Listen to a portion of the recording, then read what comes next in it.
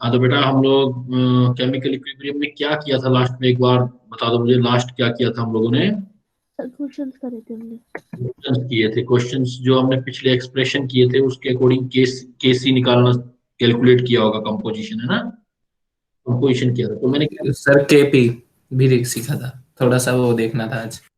थोड़ा सा मतलब केसी करवाया था, केपी का एक क्वेश्चन करवाया था, केपी के रिगार्डिंग क्वेश्चंस आगे करने थे आज हमें ना, ये करना था बेटा। Yes sir, yes sir. Okay, okay let's see. तो अगर केपी के रिगार्डिंग हमें प्रॉब्लम दे दी जाए, तो प्रेशर के रिगार्डिंग अगर हमें प्रॉब्लम आती है तो इस टाइप से करते हैं हम।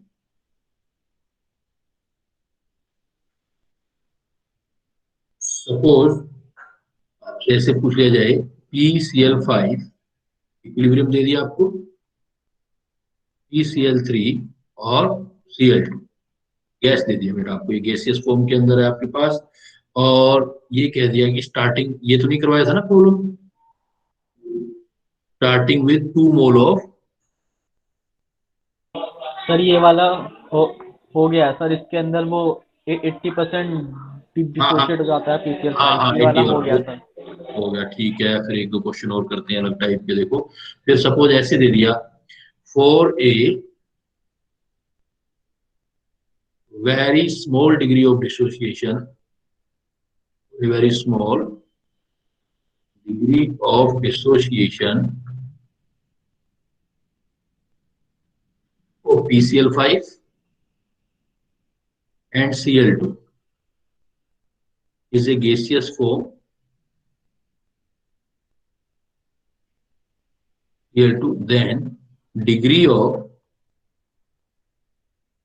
dissociation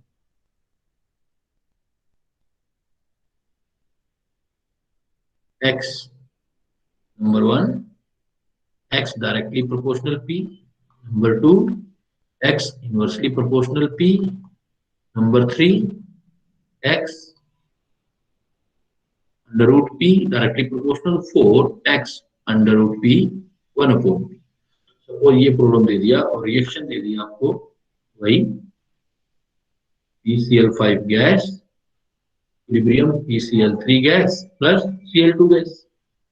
आपको कह दिया कि डिग्री ऑफ डिसोसिएशन प्रेशर के साथ कैसे रिलेटेड है। देखो नंबर ऑफ मोल चेंज हो रहा है बेटा, रिएक्टेंट का 1 मोल है, प्रोडक्ट का 2 मोल बन रहा है, इट मींस प्रेशर का इफेक्ट तो आएगा। अब ये प्रेशर का इफेक्ट कैसे आएगा, तो हमें एक्सप्रेशन निकालना पड़ेगा। तो देखो मैं डायरेक्ट लिख रहा हूँ बेटा, एट इक्विलिब्रियम पर, है ना, एट इक्विलिब्रियम डायरेक्ट डायरेक्ट हो गया। सपोज ये 1 माइनस एक्स, तो ये बन जाएगा बेटा एक्स और ये बन जाएगा एक्स। एपी का टोटल नंबर ऑफ मोल निकालेंगे तो कितना आएगा बेटा, 1 माइनस एक्स प्लस एक्स, तो total number of mole equilibrium पर 1 प्लस एक्स हो जाएगा। आपको सपोज केपी निकालना है, केपी है तो प्रेशर होना चाहिए ना, प्रेशर PCl3 का partial pressure into partial pressure of chlorine divided by partial pressure of PCl5 आना चाहिए। सो Kp is equal to what is the partial pressure of PCl3, number of moles divided by PCl3 के number of mole divided by total number of moles into total pressure। Suppose P ले लिया total pressure हमने, Cl2 की respect देखो, number of moles x, ये derive किए थे ना बेटा पहले, 1 plus X into total pressure आ गया, डिवाइडेड बाई के रिस्पेक्ट में PCl5 में देखो number of mole 1 minus X, total number of mole 1 plus X into pressure हो गया टोटल PT, कह दो P कह दो, कोई फर्क नहीं पड़ता, ये आ गया हमारे पास। तो इसमें जो कैंसिल होता है बेटा कैंसिल कर दो, एक 1 प्लस एक्स कैंसिल हो जाएगा ना, और एक PT कैंसिल हो जाएगा, तो KP इज इक्वल टू क्या रह जाएगा आपके पास, X square into PT 1 plus X 1 minus X. तो इसको मैं क्या लिख सकता हूँ, S square PT upon A plus B, A minus B, A का स्क्वायर माइनस बी का स्क्वायर मतलब एक्स का स्क्वायर। और अब उसने आपको दे दिया very small degree of dissociation, तो जब very small degree of dissociation होता है बेटा, तो उस टाइम पे हमें ये करना पड़ता है ना, daily small degree of dissociation में x1 के कंपैरिजन में x को नेग्लेक्ट कर सकते हैं। तो हमारे पास क्या आ जाएगा बेटा, यहां से हमारे पास ऑप्शन देखो क्या रह गया, ऑप्शन अगर हम करेंगे तो के P x square upon PT के कांस्टेंट के बराबर आ गया आपके पास, ये अप्रोक्सीमेट कांस्टेंट हो गया। तो X square directly proportional 1 upon P या पीटी, तो एक्स डायरेक्टली प्रोपोर्शनल 1/√। कौन सा आंसर आ जाएगा बेटा? 4 number option D. Option D. Option D आ जाएगा। तो आपको डिराइव करना पड़ सकता है, बट इसमें it should be kept in mind it is the case of negligence, मतलब dissociation is very less than 10%। Clear? Yes sir. Yes sir.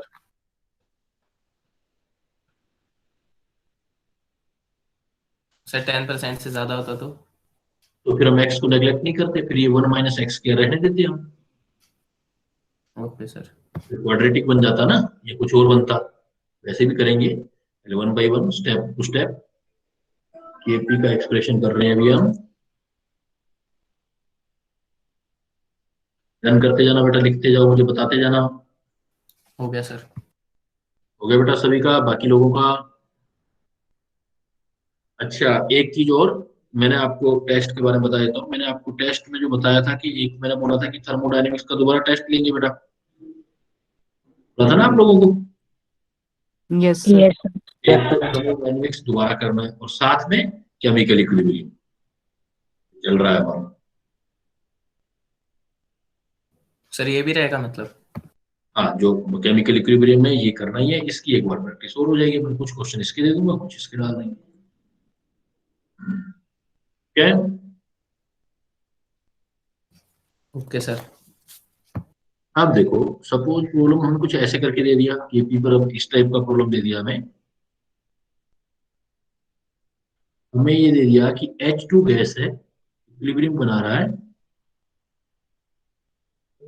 2H gas, equilibrium बना रहा है 2H गैस, और यहां पर जो है there is 0.1%, there is 0.1% dissociation at equilibrium. Dissociation at equilibrium, there is 0.1% dissociation at equilibrium of equilibrium pressure of 180, pressure भी दे दी, that there is 0.1% dissociation at equilibrium pressure of 180. So if pressure is 4 atm, मैं pressure change कर रहा हूँ, if pressure is 4 atm, मतलब पहले वो कह रहा है 1 atm pressure है, बाद में 4 atm हो गया, then percentage dissociation will be, ये आपको निकालना। बेटा कैसे करोगे? सबसे पहले देखो सॉल्यूशन कैसे करोगे आप। पहले हमें फार्मूला ड्राइव करना पड़ेगा ना। हमें ये वाला केस तुमने नहीं किया किसी केस में, तो हर एक केस में हैबिट करो आप, फार्मूला आपको ड्राइव करना आता हो। तो जब फार्मूला ड्राइव करेंगे तो ये होगा, सपोज मैं ये ले लेता हूँ स्टार्टिंग में। अब देखो प्रेशर की टर्म हो तो प्रेशर में ही सोल्व कर सकते हो आप, है ना? तो प्रेशर में सोल्व कर सकते हो, तो प्रेशर में कैसे सोल्व करते हैं? अपने पी ले लो, एक्स ले लो, कुछ भी कर लो आप। तो 1 माइनस पी डैश, तो ये कितना बन जाएगा बेटा? 2 पी डैश, ठीक है? 1 माइनस पी डैश और 2 पी डैश, या मतलब फार्मूला पूरा निकालो, डिराइव करो 1 माइनस एक्स, तो ये 2x एट इक्विलिब्रियम पर ये आ गया। एट इक्विलिब्रियम पर टोटल प्रेशर कितने आ जाएंगे, टोटल मोल कितने आ जाएंगे बेटा? 1 minus x plus 2x is equal to 1 plus x. Expression बनाओ पहले की तरह, केपी, ये देखो H गैस है तो H गैस का प्रेशर का square divided by pressure of H2। H gas का प्रेशर इसके नंबर ऑफ मोल से निकालेंगे, इसके नंबर ऑफ मोल है 2x, नंबर ऑफ मोल है 2x divided by total number of mole 1 plus x। Total pressure हम जो भी होगा प्रेशर ले लेते हैं P स्क्वायर डिवाइडेड बाय नीचे क्या आ जाएगा, नंबर ऑफ मोल है 1 minus X, total number of मोल बेटा 1 प्लस एक्स इंटू फिर P आ गया। जो कैंसिल है नीचे वाला वो कैंसिल कर दो, 1 माइनस एक्स, तो ये कैंसिल हो गया और एक P कैंसिल हो जाएगा, एक P कैंसिल हो जाएगा। तो रह क्या गया देखो हमारे पास 4 x square into P upon क्या रह गया 1 माइनस एक्स। अब x देखो, x तो 10% से तो कम ही आ रहा है ना बेटा, वेरी लेस है ना। मतलब मैं क्या लिख सकता हूँ, 4x स्क्वायर p जो है वो कांस्टेंट सर है। हाँ बोलो। सर ये 1+x² है ना, ऊपर और नीचे 1+x है केवल, तो सर वो दोनों कट कैसे पाएंगे? हाँ, वो एक्स स्क्वायर हो जाएगा ना, 1 - x² आ जाएगा, 1+x माइनस अच्छा एक्स। अच्छा अच्छा, वो सर आपने है। रेशनलाइज करके करा है। यस सर, हाँ, मैंने समझ गया डायरेक्ट सर। किया बेटा। तो यस सर, 4 एक्स क्लियर है। स्क्वायर पी कांस्टेंट, तो एक्स स्क्वायर पी भी कांस्टेंट लिख सकते हैं हम यस ना। सर। तो इसका मतलब मैं क्या लिख सकता हूँ, जो पहले डिसोसिएशन है x1² p1 is equal to क्या लिख सकता हूँ, x2² इंटू p2।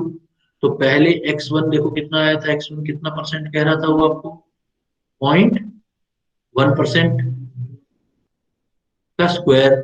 पहले प्रेशर कितना था, 1 atm is equal to x2 निकालना चाहते हो आप, प्रेशर कितना है, दूसरा कितना कर दिया आपने, 4 atm।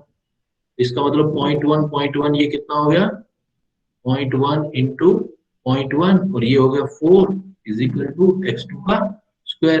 तो x2 तो निकालना है ना आपको, तो x2 की वैल्यू क्या आ जाएगी, 0.1 का अंडर रूट ले लोगे, अंडर रूट 0.1 इंटू 0.1, इसको 2 इंटू 2 लिख दो, तो क्या आंसर आ जाएगा बेटा, सर ये 2 2.1 कहाँ से आ गए? दोनों 0.1 का स्क्वायर करूंगा तो बेटा 2 ही तो लिखूंगा, एक थोड़ी लिखूंगा। Okay, yes sir. मैथ हो जाएगा ना बेटा, उसका कुछ उसमें होगा। तो सर ये मैंने स्क्वायर देखा नहीं था। सर इसमें 4x² डॉट पी अपन 1 - x² कैसे आया?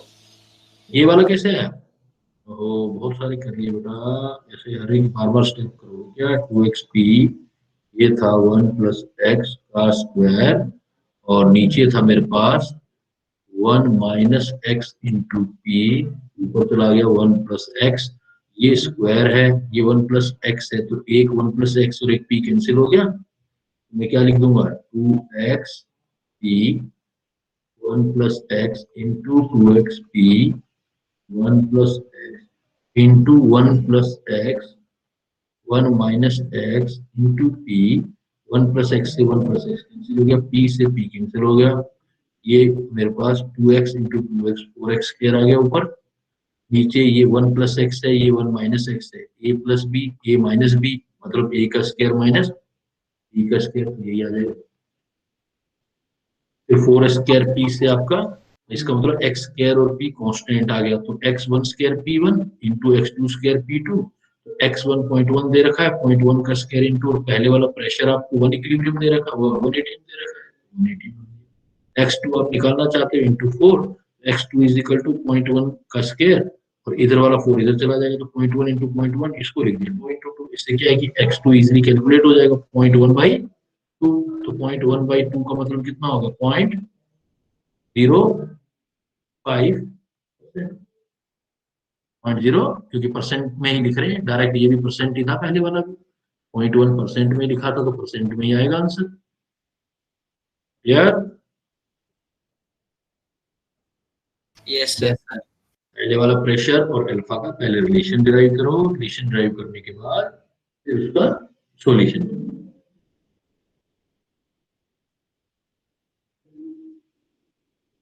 और ये x1² इंटू p1 वाली इक्वेशन, मतलब ये कैसे पता लगी आपको कि ये वाली यूज कर सकते हैं?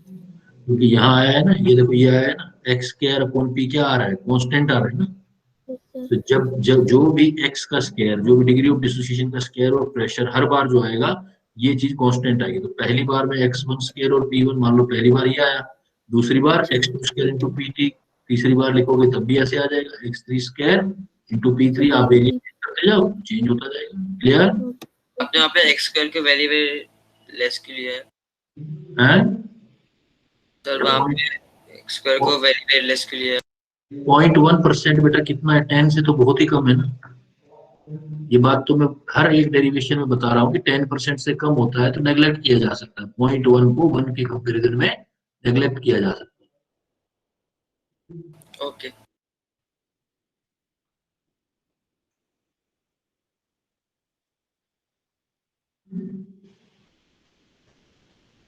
क्लियर है बेटा, चलो आगे।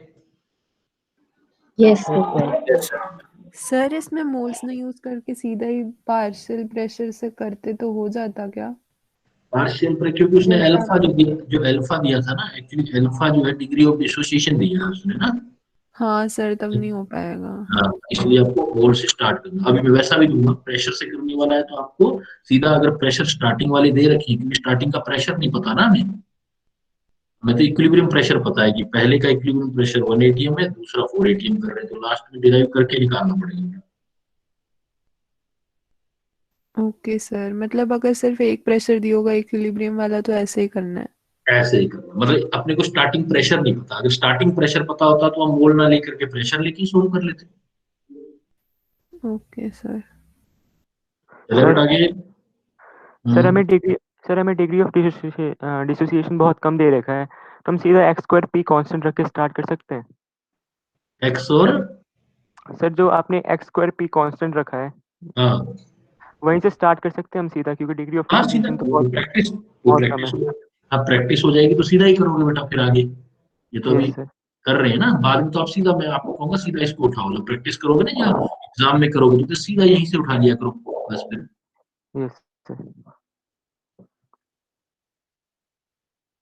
ये देखो, सपोज मैं कुछ फिर चेंज कर रहा हूँ, मैंने आपको एक रिएक्शन दिया,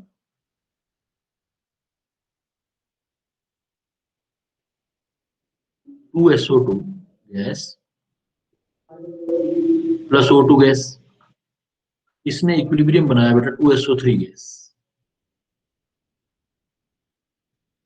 और वी स्टार्ट फ्रॉम, और आपने स्टार्ट किया with 2 mole of SO2 and 1 mole of O2। ये तो करवाया था ना, मैंने नहीं करवाया था एट 3 atm, दूसरी क्लास को करवाया था सर ये। करवाया था ना, सीधा ही मैंने कहा 3 के रेशियो में 2:1 प्रेशर लेके स्टार्ट कर देना 3 atm when equilibrium is attained. चलो कर लेते हैं sir when, pressure change to 2.5 atm। हाँ वही वाला यस किया सर, था ये ना। करवा दिया। Yes sir. चलो फिर आगे चलते हैं। अब सपोज फिर इस तरह का लेवल उठाता हूं मैं क्वेश्चन का, देखो अगर मैं कहता हूं 1 mole of PCl5, 1 mole of PCl5 taken at an initial pressure। अब देखो क्या आ रहा है, इनिशियल प्रेशर पता लग रहा है ना आपको, initial pressure 5 atm, initial pressure पता लग रहा है। 50% of PCl5 dissociate into PCl3 and Cl2, PCl3 and Cl2। Calculate Kp for reaction, दे दी आपकी 4, PCl5 gaseous, PCl3 gaseous plus Cl2 gaseous। ये आपको निकालना है बेटा, Kp निकालना है। तो अब करोगे बेटा, अपने आप करोगे, मैं हिंट दे देता हूँ कि आपको 1 mole of PCl5 taken at initial pressure दे रखा है 5 atm, तो डायरेक्ट P से सोल्व कर सकते हो बेटा। स्टार्टिंग में मोल ना लेकर के डायरेक्ट P लेकर के सोल्व करो, आपका हो जाएगा। ट्राई करो एक बार, करोगे ट्राई? Yes sir. करो जरा, देखो इनिशियल प्रेशर पता हो तो फिर स्टार्टिंग की प्रेशर से कर सकते हो।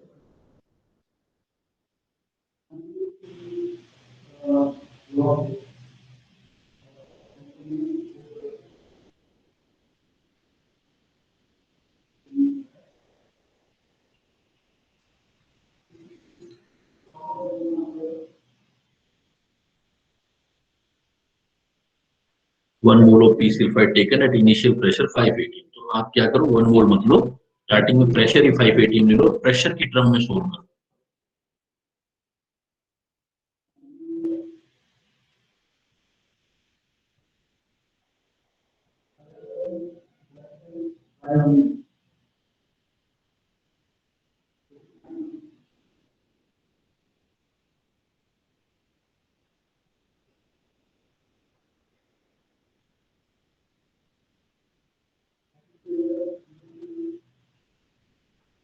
ये बेटा वो सॉल्यूशन करना है, मैंने बताया कि आपको इनिशियल प्रेशर ही दे रखा है, तो इक्वेशन उठाओ, PCl5 gas PCl3 gas plus Cl2, ठीक है। आप इनिशियल स्टार्ट ही कहाँ से करो, इनिशियल प्रेशर जो होगा सिर्फ PCl5 गैस ऐसी का होगा ना, तो यहाँ क्या ले लें बेटा, 5 atm 5 ATM ले लेते हैं। उस टाइम पे हम सोचते हैं ये जीरो होगा, इक्विलिब्रियम पर बना लेते हैं। इक्विलिब्रियम पर x ना लेकर के अब p से क्या चला गया, वन कोफिशिएंट है ना, तो p डैश चला गया, तो ये भी वन कोफिशिएंट है तो ये भी p डैश बन गया, और ये भी कोफिशिएंट है तो p डैश बन गया। तो इसका मतलब टोटल प्रेशर कितना आ गया, अब देखो p डैश बता रखा है, p डैश कितना कह रहा है वो, 5 है 50% है, 5 ATM का 50%, तो p डैश की वैल्यू पता लग गई ना, 5 का 50%, मतलब सीधी सी बात है, 5 का 50% कितना होता है, 2.5, 2.5 पता लग गया ना सारा प्रेशर। अब हमें क्या बताना है, p डैश की वैल्यू आ गई, हमें ये पता है p डैश जो है 5 का 50 का मतलब p डैश की वैल्यू आ गई सीधा आपके पास 2.5। तो आपको kp तो निकालना है, kp is equal to partial pressure of PCl3 into partial pressure of Cl2 divided by partial pressure of PCl5, equilibrium वाले प्रेशर दो सारे, कुछ करने की जरूरत ही नहीं है ना, फिर डायरेक्ट हो जाएगा। PCl3 कितना है, p डैश की वैल्यू 2.5, क्लोरीन भी p डैश उसका वैल्यू भी 2.5, PCl5 कितना है 5 माइनस p डैश, ये भी कितना हो गया 2.5, आंसर कितना आ गया मेरे पास, kp की वैल्यू, क्लियर। यस सर अगर आपको initial pressure, you know the initial pressure of reactant, then you can proceed directly from pressure, no need to calculate with the mole, आप डायरेक्ट प्रेशर से सोल्व कर सकते हैं, क्योंकि इससे आपकी इक्विलिब्रियम प्रेशर पता लग जाएंगे, वही फार्मूला रेफरेंस देंगे। राजू बेटा चलो आगे। यस सर अब सपोज मैं कुछ ऐसा एग्जांपल देता हूँ सर जिसमें, हाँ एक क्वेश्चन था ना, उसमें इक्विलिब्रियम प्रेशर ही दे रखा था रिएक्शन के लिए, और फिर उसमें केपी पूछा था, तो फिर उसमें सिर्फ प्रोडक्ट साइड में गैस बन रही थी, तो इसलिए उसी का सिर्फ पार्शियल प्रेशर लेके कर दिया था, मतलब मोल्स के हिसाब से। हाँ, वो भी हो तो वैसे जाएगा, कर सकते हैं ना। हाँ बिल्कुल कर सकते हैं, एक अभी सैंपल दूंगा, वो वाला भी सैंपल दूंगा, मैं बताऊंगा अभी आपको। अगर रिएक्टेंट साइड में प्रेशर नहीं है और इनिशियल है ही नहीं, रिएक्टेंट गैस ही नहीं है, तो प्रोडक्ट है तो सीधा इक्विलिब्रियम से सोल्व कर सकते हैं। Yes sir. देखो जैसे अभी मैं एक एग्जांपल, पहले उससे पहले एक ऐसा एग्जांपल देता हूँ जिसमें आपको 10% से ज्यादा डिसोसिएशन हो रहा है, तो हम पी नेग्लेक्ट नहीं कर सकते ना उस केस में, एक ऐसा प्रॉब्लम बनता है, हर एक क्वेश्चन का एक वैरायटी हो जाएगा। Suppose at a total pressure, at a total pressure P1 and P2 ATM, N2O4 is dissociated, N2O4 is dissociated to an extent of 33% and 50% respectively. 33% and 50% respectively. Calculate the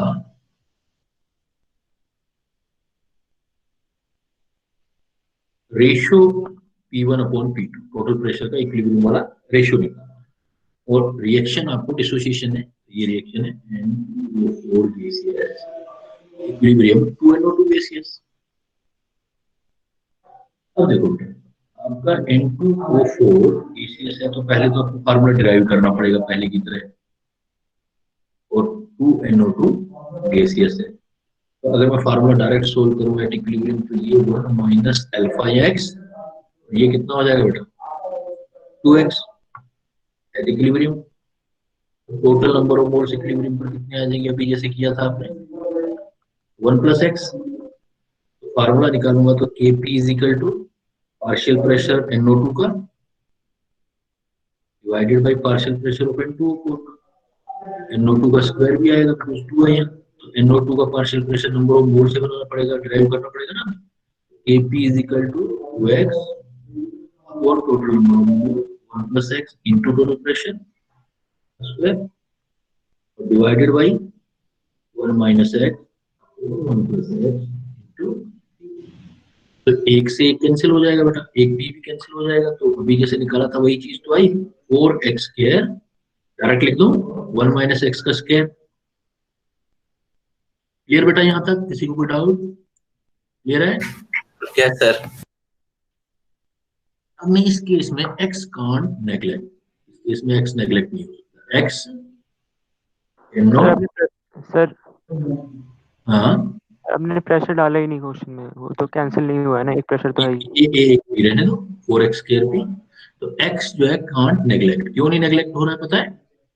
क्या reason आ रहा है? क्योंकि sir more than 10%. 33%, 50% ऊपर आ रहा है, बहुत ज्यादा आ रहा है, तो अब नेग्लेक्ट नहीं कर सकते। तो अब जो फार्मूला होगा आप क्या लिखोगे, एक्स स्क्वायर पी, आप ये लिखोगे x1 square p1 upon 1 minus x1 का square, constant is equal constant आ जाएगा, तो x2 का स्क्वायर p2 1 माइनस x2 का स्क्वायर आ जाएगा। अब सोल्व करेंगे बेटा, इस फार्मूले से सोल्व करेंगे, अब नीचे वाला नेग्लेक्ट नहीं करेंगे, पूरा पूरा सोल्व करना। अगर आपने नेग्लेक्ट करके सोल्व कर दिया तो फिर आपका आंसर जो होगा वो गलत आ जाएगा। अब आप पूरा सोल्व करोगे तो x1 कितना है देखो 33%, मतलब 0.33 स्क्वायर, प्रेशर हमें P1 रख लेते हैं, इधर हो जाएगा 1 माइनस 0.33 का स्क्वायर, दूसरा वाला रखो x2 50% 0.50 का स्क्वायर इंटू P2, ये आ जाएगा 1 माइनस 0.0 के स्क्वायर का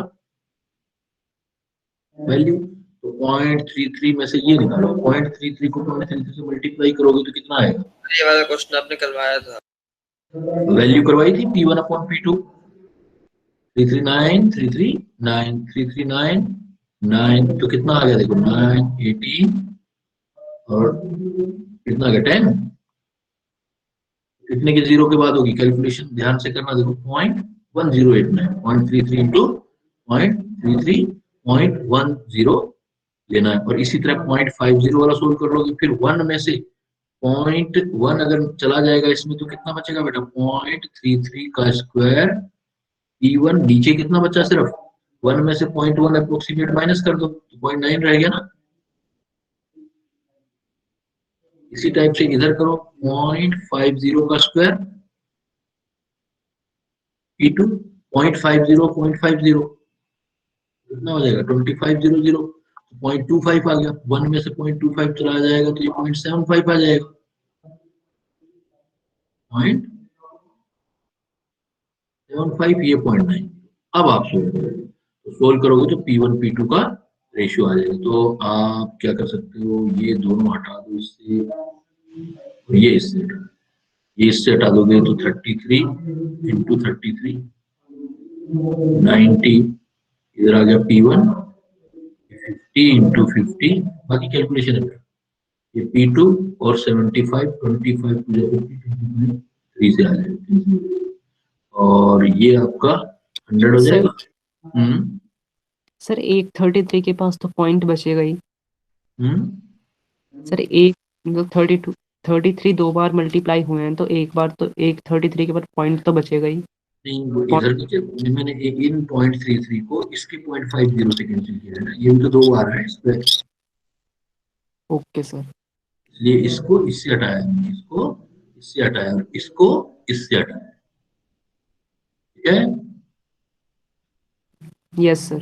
तो अब आपको निकालना क्या है, देखो आपको क्या बोला था P1 अपॉन P2 निकालना है, तो कितना आया P1 अपॉन P2,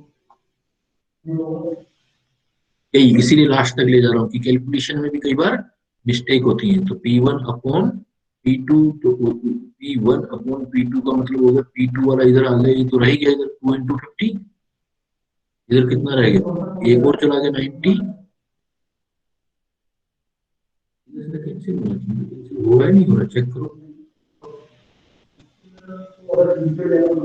इंटू 3, तो अप्रोक्सीमेट 100 और 33 इंटू 33, 3:1 आ रहा है।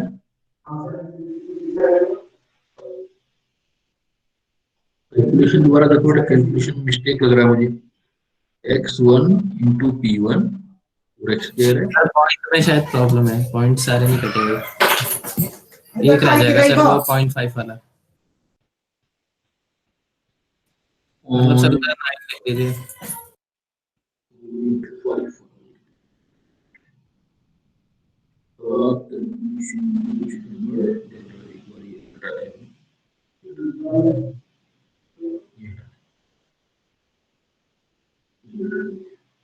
ठीक है,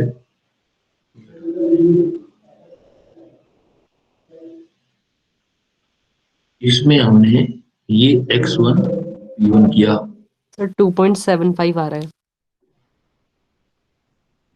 2.75 हमें रेशियो में चाहिए, तो हमारे पास 0.33 हम लिखना चाहिए अपने, तो 0.33 इंटू 0.33 है इंटू P1 डिवाइडेड बाई ये देखो कितना आ रहा है, 1 में से 0.33 माइनस करने के लिए 0.33 कितना आएगा, 3 3 9, 3 9,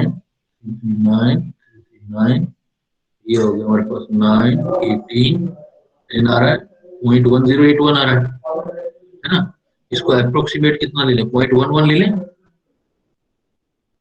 तो 1 में से माइनस कर लो 0.11, तो कितना रह जाएगा, ये 9 और ये भी 9.99, तो यहाँ लिख देता हूँ मैं सर आना चाहिए 0.89।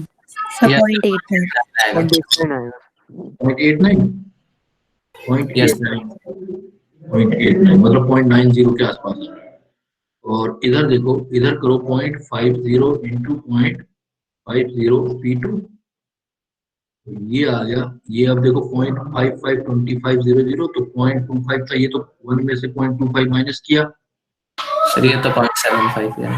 0.75 यार। तो अब जो हमारी कैलकुलेशन जा रही है, मैं ये कह रहा हूँ कि इसका अब P1 P2 करते हैं, P1 अपॉन P2, तो P1 P2 इधर आ गया, तो ये हो गया 0.50 इंटू 0.50, नीचे आ गया 0.75, इधर आ गया 0.33, ये भी हो गया 0.33, ऊपर हो गया 0.89, मतलब 0.90, 0.89 पर 0.90। अब देखो पॉइंट सारे कैंसिल हो रहे हैं ना, ये देखो कैंसिल हो गए ना सारे, अब कैंसिल हो गए, तो अब इसको सोल्व करना है आपने, तो देखो सोल्व करोगे तो कैसे, 3 से 25 375, ये 3 आ गया, 25 2 हो गया, 52 और 100 ना, 52 और 100, तो कितना जा रहा है, तो 33 इंटू 33 1089, ये 3 से कैंसिल करो, एक बार करना ही पड़ेगा, 30, ये 11, फिर ये 3 से कर दिया 10, फिर ये 11 ना। अब आपको निकालना ही पड़ेगा, कुछ फ्रैक्शन में ही आ रहा है, तो आपको फ्रैक्शन में ही आएगा, yes sir. P1 upon P2 fraction में ही आएगा, P1 अपॉन P2 जो है फ्रैक्शन में आएगा, 52 इंटू 100 1000 हो गया ऊपर, ये 3 है, ये 11 11 121 आ गया, 121, 11 इंटू 11 121 होता है ना, ऊपर 1000 से 121 को करो कितने पर, अप्रोक्सीमेट 8 पे नहीं जाएगा क्या,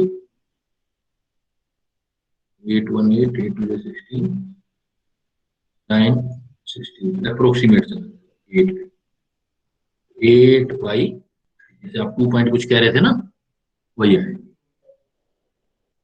तो जब कहने का मतलब है, इस क्वेश्चन में क्या आपने क्या सीखी, नई बात क्या सीखी बेटा, 2 चीजें हैं इसमें। एक चीज तो ये है कि जब 10% से ज्यादा डिसोसिएशन होता है, तो हम नीचे जो 1 माइनस एक्स में एक्स को नेग्लेक्ट नहीं कर सकते, और इससे, और नेग्लेक्ट करते क्यों थे बेटा हम, सिर्फ कैलकुलेशन को इजी करने के लिए, लेकिन अब तो नेग्लेक्ट कर नहीं सकते, तो देखो करना पड़ेगा, तो कैलकुलेशन थोड़ा डिफिकल्ट हो जाता है, ये फर्क होता है। Yes sir.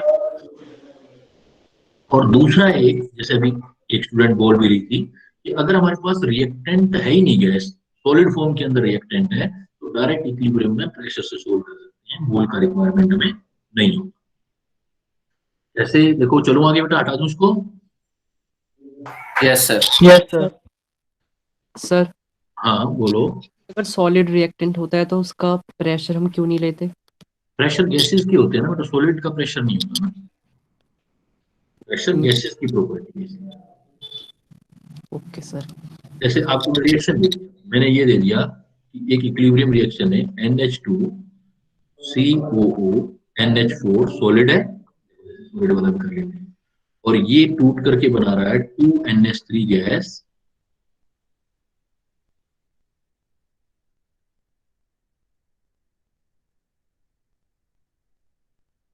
सर आप म्यूट हो गए। म्यूट हो गए हो।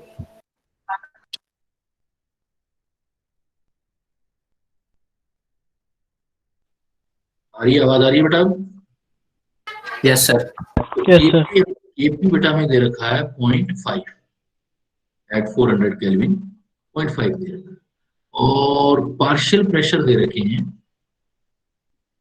Partial pressure of NH3 and CO2 are respectively, मतलब निकालनी है,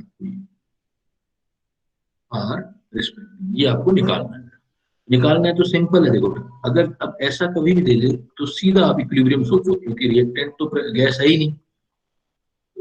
आप इसका देखोगे तो आप ऐसे सोचो, ये गैस है 2NH3 गैस है, और ये CO2 गैस। आप ये एज्यूम कर लो कि यहाँ सपोज अब ये जब भी आएंगे, जो भी इसके टूटने से ये बनेंगे, जो 2:1 में होंगे ना, पहले एक बार बताया था मैंने आपको। प्रेशर भी इन दोनों का किस रेशियो में बनेगा, अगर स्टार्ट करके इसी से स्टार्ट करके लिया है, सपोज ये 2P प्रेशर है तो ये कितना हो जाएगा, डायरेक्ट प्रेशर से सोल्व कर सकते हो इक्विलिब्रियम, है ना। अब इसका Kp का एक्सप्रेशन बनाओ, Kp इज इक्वल टू कितना आएगा, प्रेशर ऑफ अमोनिया का square into pressure of CO2। Kp is equal to pressure of ammonia कितना लोगे बेटा, 2P स्क्वायर, और प्रेशर ऑफ CO2 कितना लोगे, P। सोल्व करोगे तो क्या आ जाएगा, Kp is equal to 4p cube. 4P का क्यूब। हमें P की वैल्यू निकालनी है और Kp की वैल्यू गिवन है, Kp का वैल्यू गिवन है। Kp कितना हमारे पास 0.5 इज इक्वल टू 4P का क्यूब। तो 4P का क्यूब को सोल्व कैसे करें, 0.5/4 is equal to P cube. ये कितना हो गया, सर 1/8 हो गया। 1/8 होगा तो इजीली सॉल्यूशन हो जाएगा। तो P यस सर, क्यूब 1/2 आ जाएगा फिर। 1/2 का क्यूब लिख सकता हूँ, क्यूब से क्यूब कैंसिल हो जाएगा, तो P की वैल्यू कितनी आ जाएगी, 1/2। अभी क्वेश्चन खत्म नहीं हुआ, हमसे क्या पूछा गया था क्वेश्चन में, पार्शियल प्रेशर ऑफ अमोनिया, और पार्शियल प्रेशर ऑफ अमोनिया होता कितना है बेटा, 2P।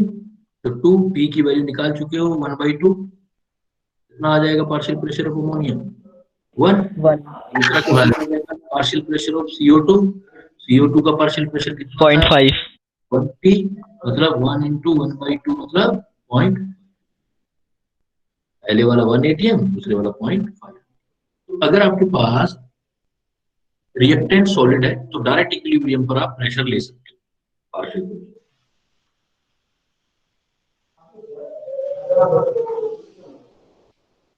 क्लियर?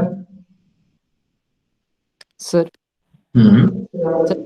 जो पार्शियल प्रेशर था वो तो जीरो था, तो हम इसे इक्वेशन में यूज क्यों नहीं करते, अपॉन में उसका पार्शियल प्रेशर क्यों नहीं लिखते? सॉलिड का तो हम स्टार्टिंग से करते आ रहे हैं ना, सॉलिड की जो एक्टिव मासेस हैं वो यूनिट लिए जाते हैं, तो हम कहते हैं उसके कोई चेंजेस ही नहीं आएगा तो प्रेशर में हो जाना। सॉलिड तो एक्सप्रेशन में लेते ही कहाँ हो आप, स्टार्टिंग में यही चीज तो सीखी थी आपने। Yes sir. सर 1/8 का लेते हैं ना। हाँ 1 लेते हैं, यूनिट, यूनिट का मतलब 1, मतलब इन्वॉल्व नहीं करना उसको, कहने का मतलब। इसी थीम पे क्वेश्चन दे रहा हूँ बेटा, अब निकालो जरा, कैलकुलेशन ध्यान से करनी है आपको, मैं इसी कंसेप्ट पे दे रहा हूँ। सपोज मैं आपको देता हूँ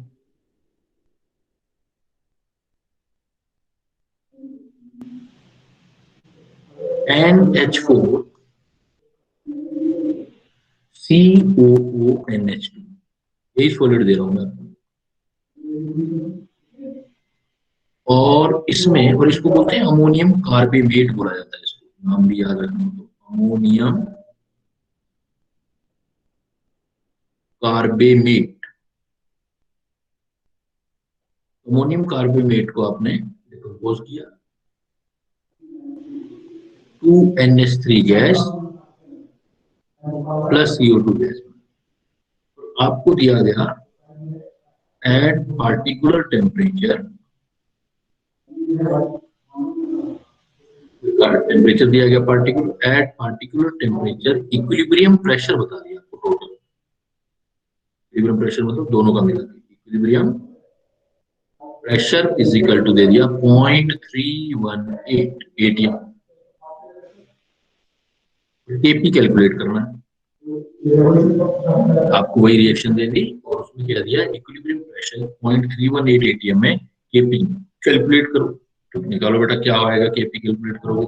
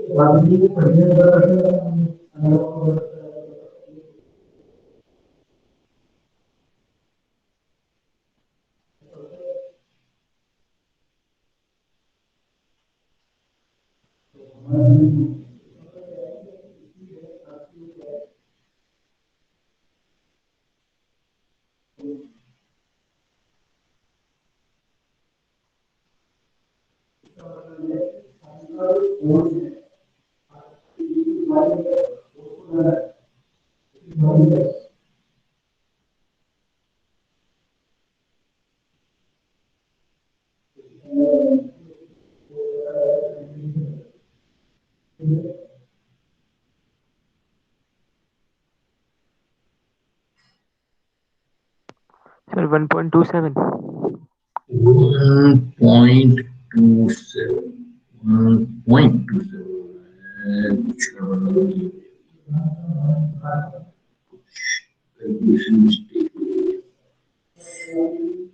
चलो देखते हैं। देखो पॉइंट तो ये है ना कि यहाँ पर ये इक्वेशन है, सॉल्यूशन तो ऐसे करेंगे NH2 सॉलिड, आपने इक्विलिब्रियम लिया तो डायरेक्ट इक्विलिब्रियम प्रेशर एज्यूम कर लेते हैं, है ना। क्या एज्यूम कर लेते हैं, ये सपोज P है, 1P है, तो ये कितना हो जाएगा प्रेशर 2P। तो टोटल प्रेशर आ जाएगा ना बेटा मेरे पास, टोटल प्रेशर कितना आ जाएगा 2P plus P।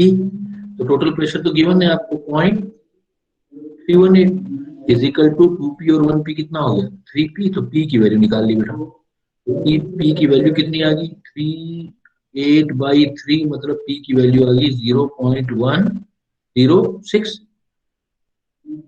Clear, P का वैल्यू। अब Kp का एक्सप्रेशन बनाते हैं। Kp का एक्सप्रेशन होगा partial pressure of CO2 into partial pressure of ammonia का स्क्वायर, अभी बनाया भी था बेटा।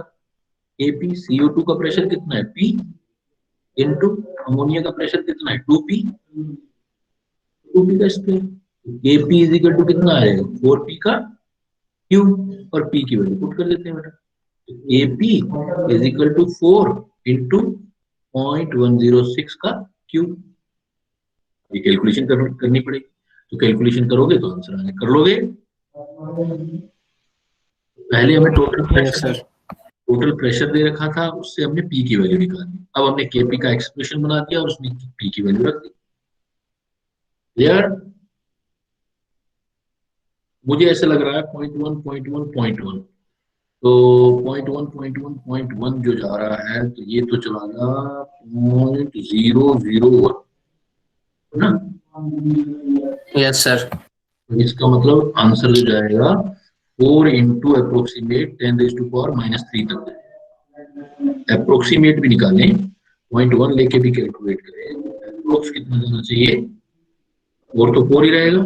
0.1 तो अप्रोक्सीमेट 10⁻⁻, यहाँ तक। यस सर, यही आएगा।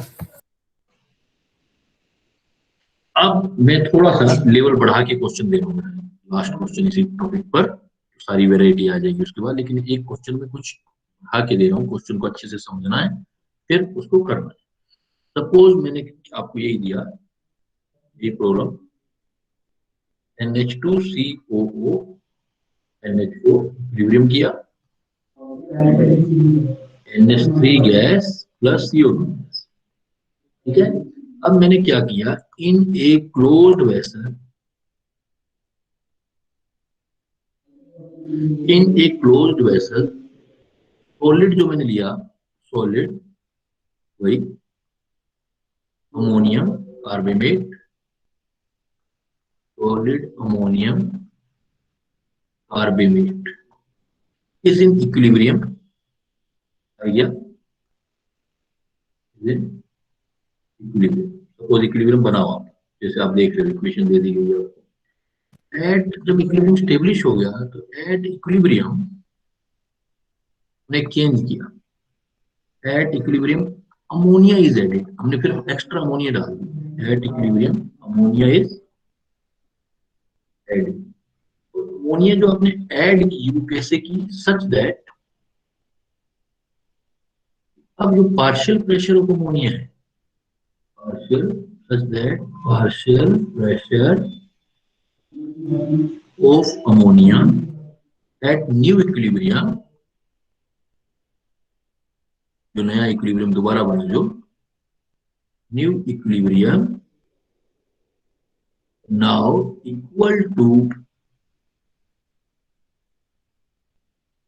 Equal the original total pressure, equal the original जो पहले था, ओरिजिनल टोटल प्रेशर।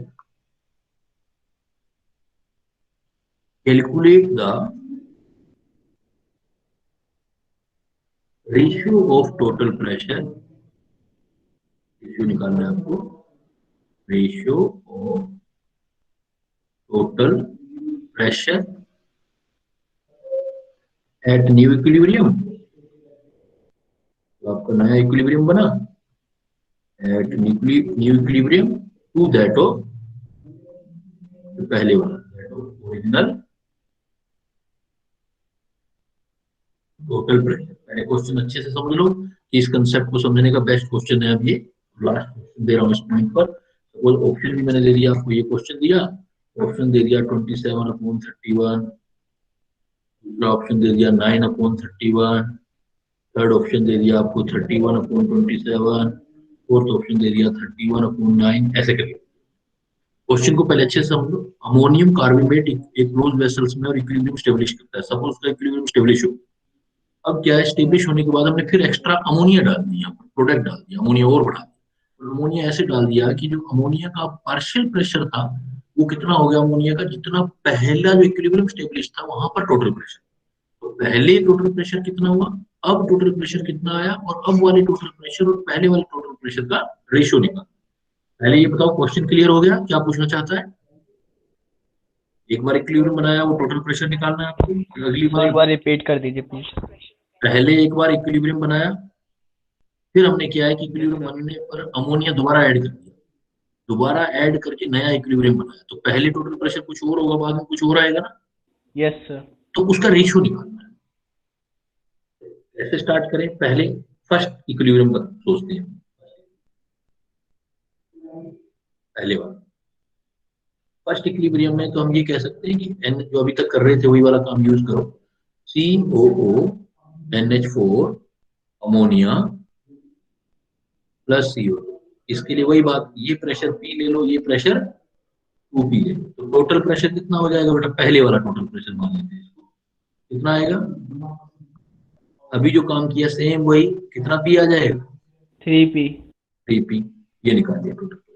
और इसके लिए हम Kp का फार्मूला निकाल लेते हैं, Kp इज इक्वल टू कितना है, कई बार निकाला ना, 4P क्यों, लिख दो direct Kp, yes sir, 4P, ये पहले Kp का फार्मूला। अब क्या करते हैं अपने,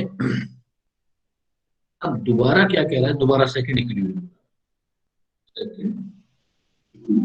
अब सेकंड इक्विलिब्रियम में फिर रिएक्शन देखते हैं दोबारा, NH2COO NH4 इक्विलिब्रियम 2NH3 और CO2। अब वो क्या कह रहा है कि at equilibrium ammonia is added such that partial pressure of ammonia at new equilibrium now कितना हो गया, equal to original total pressure. तो ओरिजिनल टोटल प्रेशर तो ये था ना पहले, 3p। 3p था ओरिजिनल टोटल प्रेशर।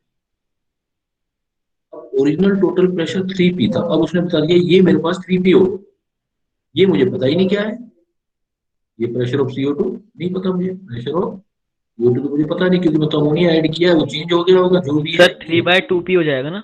नहीं 3/2p नहीं होगा ना ये, वो तो डिसाइड करोगे ना, केपी से निकालोगे। अब आपके पास देखो केपी तो कांस्टेंट रहता है, अब आपने अमोनिया उतना डाला है तो उतना डिवाइड नहीं होगा, क्योंकि पहले भी तो कुछ था, अमोनिया पहले कुछ था, अब कुछ और डाला, अब अल्टीमेटली वो 3p हो गया। तो मेरे को ये नहीं पता कि ये कितना है, तो ये मैं निकालूंगा, फिर मुझे टोटल प्रेशर पता लगेगा। कैसे निकाल सकता हूँ, अगेन क्या लिखूंगा, केपी फार्मूला इसका, केपी इजिकल टू क्या लिखा जाएगा, प्रेशर ऑफ, जो भी नए वाला प्रेशर है, सेकेंड पोजीशन में जो प्रेशर है, pressure of ammonia square into again pressure of CO2।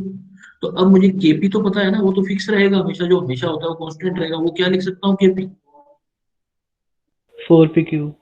और 4pq। और प्रेशर ऑफ अमोनिया भी मुझे पता है कितना है, वो 3p।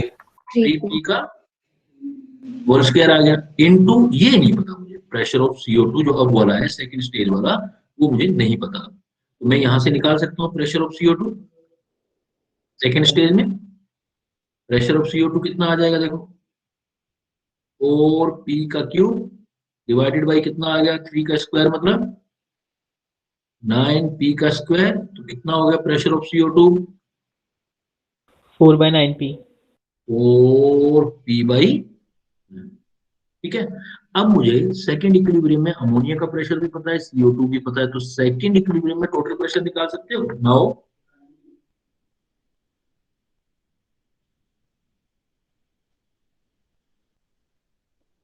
Total pressure eight second equilibrium कितना हो जाएगा बेटा, देखो सपोज ये PT आ गया, लेकिन सेकंड टाइम कितना होगा, pressure of again ammonia plus pressure of CO2। Pressure of ammonia तो यही था ना 3p 3p, और प्रेशर ऑफ CO2 कैलकुलेट कर लिया आपने 4.19। 4p/9, तो टोटल कितना हो गया 31p/9। हमें क्या निकालना है, ratio. Now total pressure second equilibrium में, टोटल प्रेशर फर्स्ट इक्विलिब्रियम में। सेकंड इक्विलिब्रियम में कितना आ गया हमारे पास, 31p/9। और फर्स्ट में कितना था, 3p।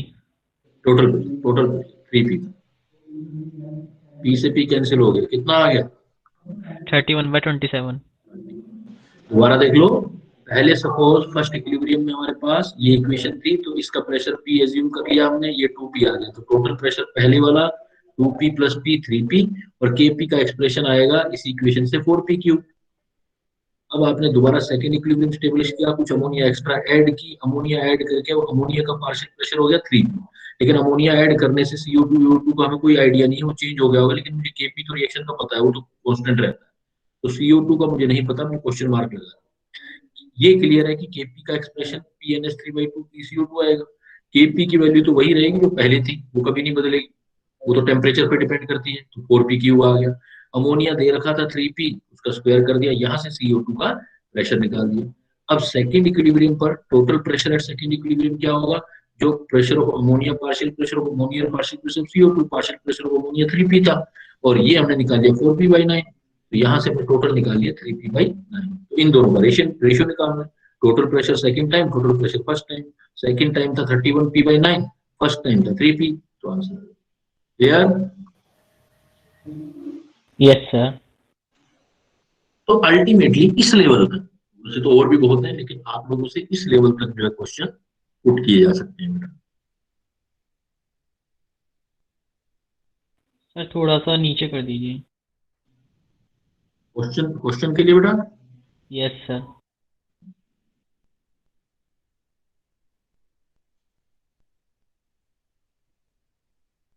यस सर, हो गया। हो गया बेटा सभी का हो गया। आगे बढ़ूं? Yes sir. तो ये यस आपकी सर। प्रॉब्लम होंगी बेटा, डिफरेंट वैरायटी होंगी, जितनी मुझे पॉसिबल लग रही है वैरायटी उतने मैंने क्वेश्चन आपको बता दिए हैं। फिर आता है हमारा next topic, relation between degree of dissociation and vapour density. Next आता है relation between degree of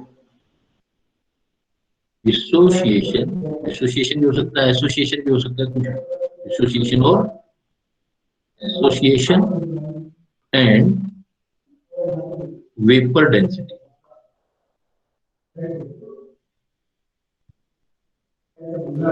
vapour density देखो बेटा, फर्स्ट चैप्टर में याद होगा आपको कि वेपर डेंसिटी और मोलर मास क्या होते हैं। Vapour density equals to molar mass upon में 2।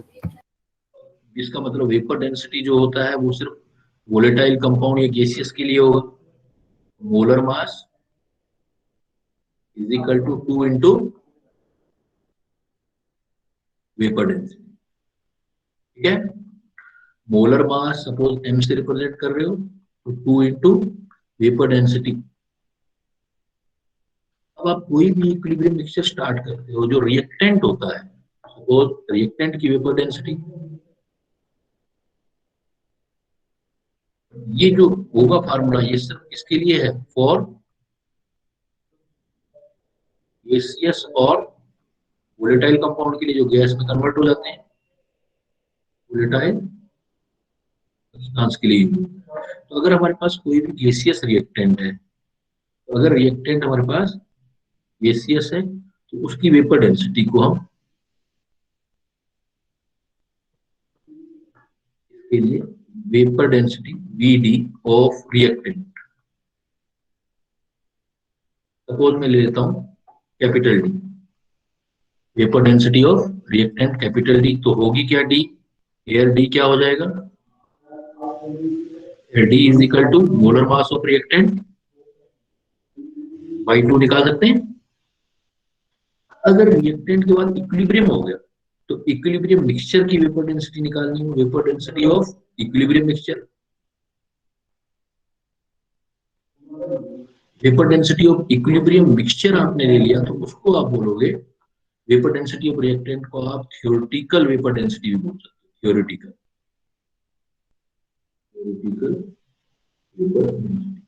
Vapour density of equilibrium mixture को हम बोलते हैं एक्सपेरिमेंटल वेपर डेंसिटी,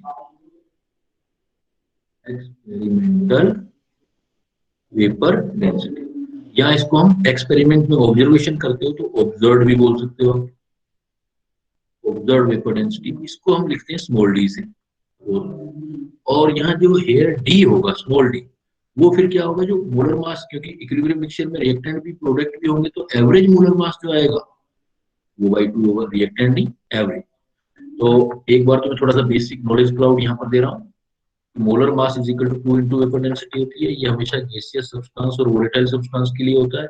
किसी भी रिएक्टेंट गैस का वेपर डेंसिटी है तो उसको हम थ्योरेटिकल वेपर डेंसिटी या कैलकुलेटेड भी बोलते हैं, कैलकुलेटेड वेपर डेंसिटी, इसको बड़े डी से हम रिप्रेजेंट करेंगे। ये डी जो होगा रिएक्टेंट के मोलर मास का हाफ, मतलब डायरेक्ट कैलकुलेट कर सकते हो, लेकिन इक्विलिब्रियम बन जाने के बाद हमें कैलकुलेशन बनानी पड़ेगी, इसलिए इसको एक्सपेरिमेंटल या ऑब्जर्व हम बोलेंगे। और ये वाला जो वेपर डेंसिटी होगा स्मॉल डी से लिखेंगे, स्मॉल डी जो एवरेज मोलर मास आएगा, तो रिएक्टेंट और प्रोडक्ट सबका मिला करके एवरेज निकाल के जो आएगा उसका। यहाँ तक क्लियर, किसी को डाउट? No sir. रिएक्टेंट और नीचे वाला पूरा मिक्सचर के लिए है ना? हाँ, वो पूरे मिक्सचर में, उसमें इक्विलिब्रियम मिक्सचर मतलब रिएक्टेंट भी होंगे प्रोडक्ट भी होंगे। क्लियर बेटा, चलो आगे।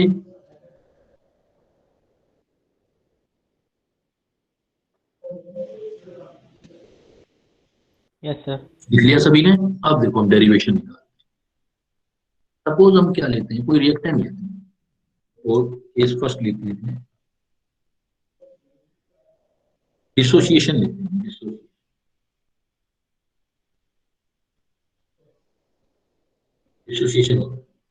डिसोसिएशन का मतलब है कोई ए पार्टिकल है, सपोज डिसोसिएट होकर के n पार्टिकल ऑफ बी के बना रहा है। एक पार्टिकल रिएक्टेंट का ए ले रहे हैं कोई गैसियस, तो बी के n पार्टिकल बना रहा है। तो एट इक्विलिब्रियम बेटा क्या लिख सकते हैं, at equilibrium 1 minus suppose alpha गया, तो ये कितना बन जाएगा n अल्फा, क्योंकि इसका कोफिशिएंट 1 है, x की जगह अल्फा ले लो, इस बार x डिसोसिएशन हो रहा है, यस सर। तो n अल्फा। क्लियर। तो टोटल नंबर ऑफ मोल्स क्या हो रहे हैं बेटा, पहले से इनिशियल मोल कितने थे, 1 ही तो था इनिशियल, आपने 1 ही तो लिया ये वाला, लेकिन फाइनल मोल कितने हो गए, 1 minus alpha plus N alpha. Alpha, तो बढ़ गए ना, क्योंकि n से मल्टीप्लाई हो रहा है, नंबर ऑफ मोल्स बढ़ गए। अब आपको पता है, you know number of mole is equal to क्या होता है, weight upon molar mass. Mole concept में होता है number of mole is equal to weight upon molar mass. Weight तो कांस्टेंट रहेगा ना, वेट थोड़ी चेंज हुआ है, वेट क्या रहेगा, कांस्टेंट। वेट कांस्टेंट हो रहा है, तो अब n और m के अंदर रिलेशन क्या आ गया, वो 1 अपॉन m। n क्या कह रहे हैं, during dissociation, during dissociation number of n क्या होगा, increase. Number of mole increase होंगे तो मोलर मास क्या होगा, सो मोलर मास क्या होंगे, डिक्रीजेस। मोलर मास डिक्रीजेस होगा तो वेपर डेंसिटी भी क्या होंगी, डिक्रीज। तो जब भी डिसोसिएशन होता है तो आप सीधा देख लो, नंबर ऑफ मोल आपको बढ़ते हुए दिखाई दे रहे हैं, नंबर ऑफ मोल बढ़ते कब बढ़ेंगे, जब क्या होगा, डिसोसिएशन। जब भी डिसोसिएशन होगा नंबर ऑफ मोल इंक्रीज होंगे तो वेपर डेंसिटी क्या होगी, डिक्रीज। कोई भी जैसे एग्जांपल लो, तो मान लो मैं यहाँ पे W/m लिखा है, वहाँ पर W तो गिवन वेट है ना। हाँ, वो तो कांस्टेंट रहेगा ना, जो स्टार्ट में लिया, वेट थोड़ी चेंज होगा कभी। यस। अब देखो, सपोज मैंने PCl5 गैस लिया और ये इक्विलिब्रियम बनाया, तो ये किसका केस है, इसमें देखो अब क्या होगा, आपसे कोई पूछा जाए कि मोलर मास बढ़ेगा या घटेगा इस रिएक्शन में, एक्सपेरिमेंटल मोलर मास सर घटेगा। घटेगा। क्यों घटेगा, क्योंकि 1 PCl5 1 PCl और Cl2 बना रहा है, तो नंबर ऑफ मोल्स क्या हो रहे हैं, क्योंकि डिसोसिएशन है, बढ़ रहे हैं। मोलर मास बढ़ेगा। कोई भी ऐसा एग्जांपल ले लो, अगर आप उस रिएक्शन देख के डायरेक्ट बता सकते हो आपकी डिसोसिएशन हो रहा है, जैसे N2O4 गैसियस 2NO2 बना दिया, मोलर मास क्या होगा इसमें, ये वेपर घटेगा। कोई डाउट यहाँ तक किसी को, अब सेकंड वाला एग्जांपल बता दो। सेकंड वाले एग्जांपल में भी N2O4 एक पार्टिकल है और एक पार्टिकल टूट के 2 पार्टिकल बना रहा है, तो नंबर ऑफ मोल तो बढ़ रही है ना, डिसोसिएशन ही तो हो रहा है। Okay okay. मतलब कम पार्टिकल से ज्यादा पार्टिकल बन रहे हैं, तो इसका मतलब डिसोसिएशन हो रहा है। और जहां भी डिसोसिएशन होगा वहां पर हमने प्रूव कर दिया कि मोलर मास क्या होंगे, कम होंगे, वेपर डेंसिटी कम होगी, किसकी, मिक्सचर की, इक्विलिब्रियम मिक्सचर की। सर यहाँ पे जो मोलर मास है वो एवरेज मोलर मास होगा ना। हाँ, वो एवरेज मिक्सचर का होगा, मिक्सचर की बात कर रहे हैं हम। Yes sir. क्लियर बेटा। तो अब इवन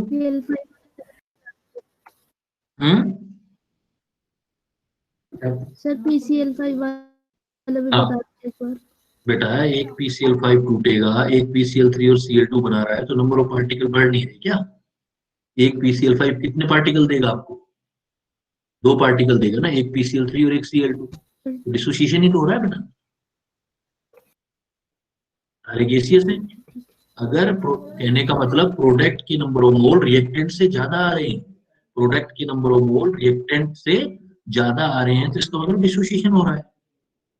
और डिसोसिएशन जब कभी भी होगा तो n की वैल्यू बढ़ेगी, n की वैल्यू बढ़ेगी तो molar mass, experimental vapour density, ये क्या होंगे, डिक्रीज होंगे। तो रिएक्शन देख के भी बता सकते हो कि मोलर मास बढ़ेगा या घटेगा, सिंपल सा क्वेश्चन बन जाए तो। क्लियर। चलो आगे बेटा।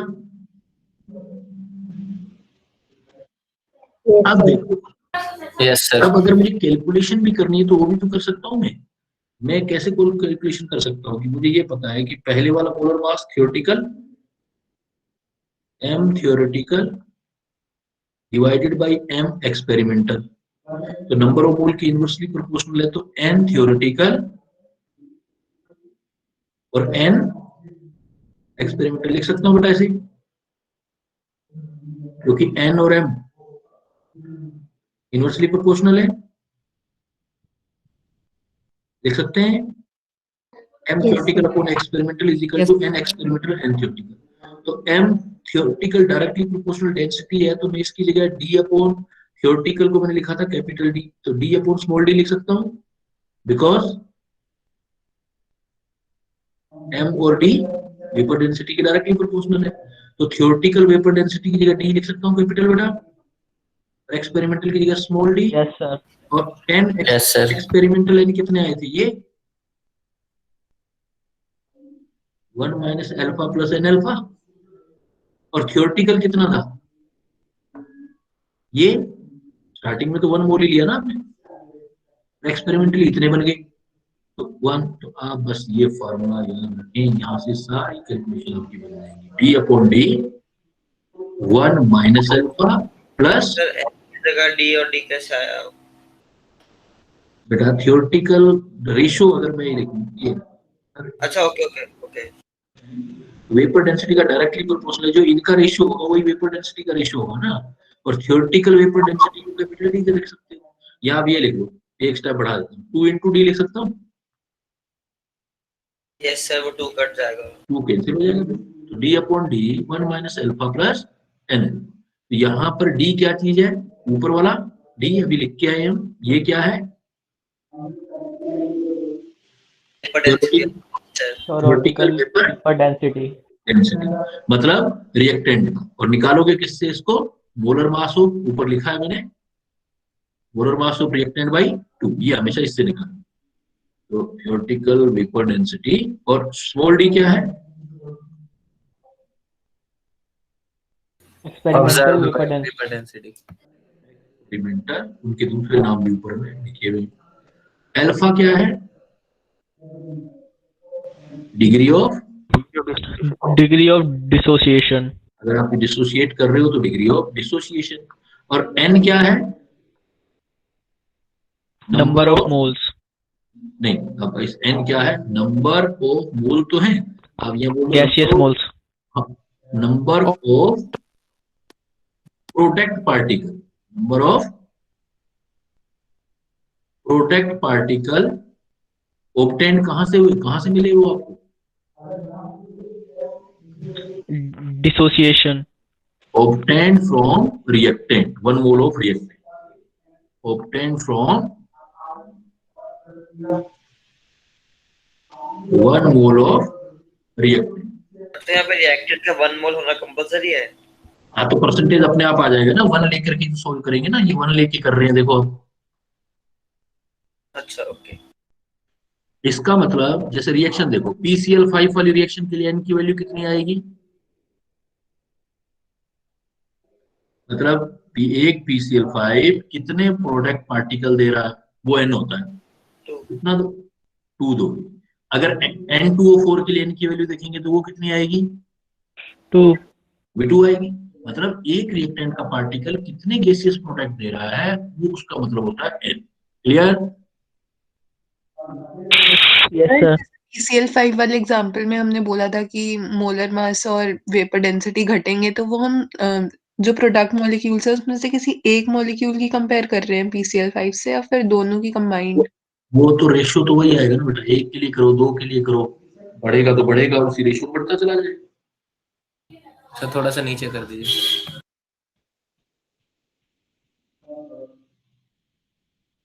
सर, नीचे सर, नीचे ऊपर, यस। तो एक तो आपने देखो 2 चीजें समझ ली, एक तो जब भी डिसोसिएशन होगा तो वेपर डेंसिटी क्या होगी, डिसोसिएशन होगा तो ये मोलर मास क्या होंगे, डिक्रीज। अब अगर वो हमें निकालने हैं तो डी बाई डी फार्मूला या M by M formula use कर सकते हैं, M theoretical upon M experimental, या D by D 1 minus alpha plus N alpha से निकाल सकते हैं।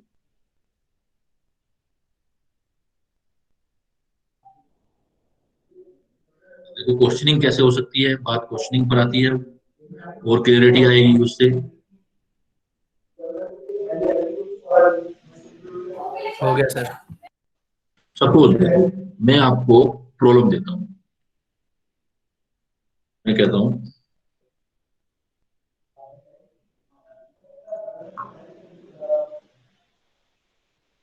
Calculate the value of alpha, the degree of dissociation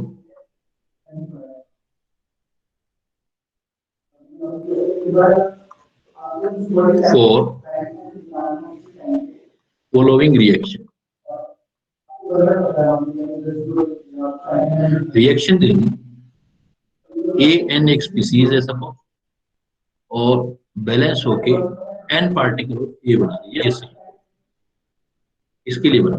starting कैसे करेंगे, टी इज इक्वल टू 0, कितने मोल लेके रिएक्टेंट को स्टार्ट करो बेटा 1, और स्टार्टिंग में डिसोसिएशन नहीं होगा तो 0 हो गया। सपोज टी इक्विलिब्रियम के बाद इसमें अल्फा चला गया तो 1 में से अल्फा गया तो ये कितना बन जाएगा बेटा, एन अल्फा। और मैंने आपको रिलेशन बताया है कि D upon D always is equal to क्या आएगा, 1 minus alpha plus N alpha. अब आप सोल्व करो, D by D is equal to 1 plus 1 minus alpha और प्लस अल्फा। तो क्या लिख सकते हैं अपने, इसको पहले इधर ले जाएं, एक काम करते हैं,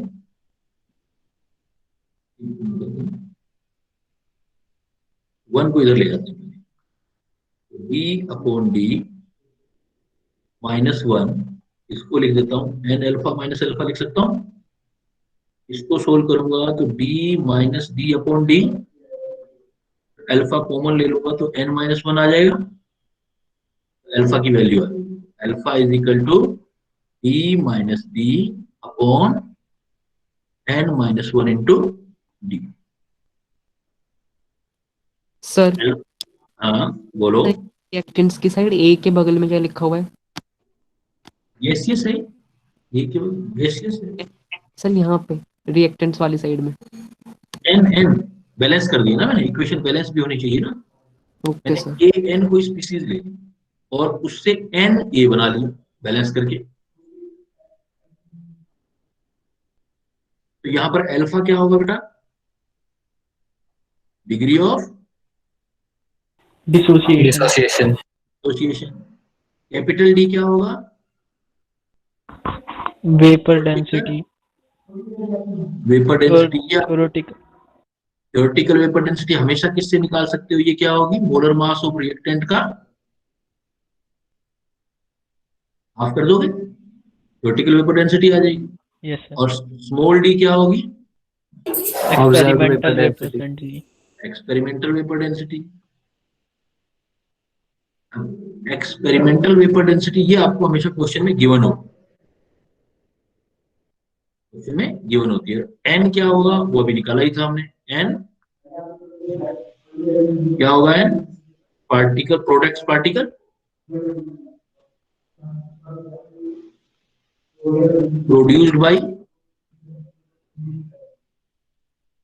1 मोल रिएक्टेंट। क्लियर है, किसी को डाउट? आप हमेशा ये यूज करो, आपका न्यूमेरिकल कभी गलत नहीं है, वो पूछे तो ये निकाल लेना, अदरवाइज ये यूज करो, A upon D 1 minus alpha plus N alpha, dissociation हो। चलो आगे। Yes sir. Yes sir. Suppose एक न्यूमेरिकल भी कर लेते हैं इसको, या एक एसोसिएशन की भी बात कर लेते हैं पहले। नॉट फॉर एसोसिएशन, अगर बेटा एसोसिएशन हो रहे हैं तो बिल्कुल उल्टा हो जाएगा ना, एसोसिएट होंगे तो नंबर ऑफ पार्टिकल क्या होंगे आपके, कम। चीजें एसोसिएट होंगी, मॉलिक्यूल एसोसिएट करके नंबर ऑफ पार्टिकल कम करेंगे ना। Yes sir. इस जगह पे एट इक्विलिब्रियम पर नंबर ऑफ पार्टिकल कम होंगे तो आपकी बार मोलर मास इंक्रीज होगा, इंक्रीज होंगे, या vapour density small D increase होगी। एग्जांपल दे सकते हो इसका कोई, जैसे मान लो मैं ऐसे कह दूं 2 मोल ऑफ कोई केमिकल है, जैसे benzoic acid, 2 mole of benzoic acid, ये डाइमराइज हो रहे हैं, मिलके एक डाइमर बना रहे हैं, मतलब ये वाला पार्टिकल बना रहे हैं, तो 2 मिलके एक पार्टिकल बना रहे हैं। तो इसका मतलब ये क्या हो रहा है, 2 मिलके 1 बना रहे हैं, 4 मिलके 2 बनाएंगे, कॉम्बिनेशन। कॉम्बिनेशन मतलब एसोसिएशन हो रहा है। तो ऐसे केसेस में भी सेम फार्मूला यूज करना है, D by D is equal to 1 minus alpha, n बढ़ाने नहीं है, कम करने हैं तो डिवाइड कर दो अल्फा बाई एन से मल्टीप्लाई मत कर देना, एन से क्या कर देना इस बार, डिवाइड कर देना। डिवाइड। अब जो एन है वो डिवाइड कर देंगे तो एसोसिएशन के लिए लग जाएगा। डिसोसिएशन में अल्फा को एन से मल्टीप्लाई करना है, एसोसिएशन में अल्फा को एन से डिवाइड करना है, क्योंकि हमें जो है नंबर ऑफ पार्टिकल कम है। क्लियर? Yes sir. सपोज मैं आपको बोल दूं, पॉपुलर क्वेश्चन है, vapour density of equilibrium mixture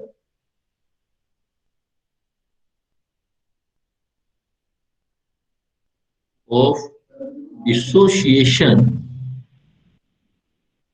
of PCl5 is 100. Calculate the value of alpha.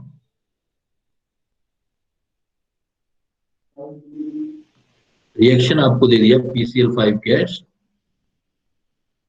PCl3 gas plus Cl2 gas. Suppose ये प्रॉब्लम देखते हैं, तो ये प्रॉब्लम देखते ही आपको पहले तो ये पता आना चाहिए कि अल्फा और वेपर डेंसिटी वाला फार्मूला क्या होगा। तो डायरेक्ट यूज करो, मैंने बोला देखो डिसोसिएशन हो रहा है बेटा,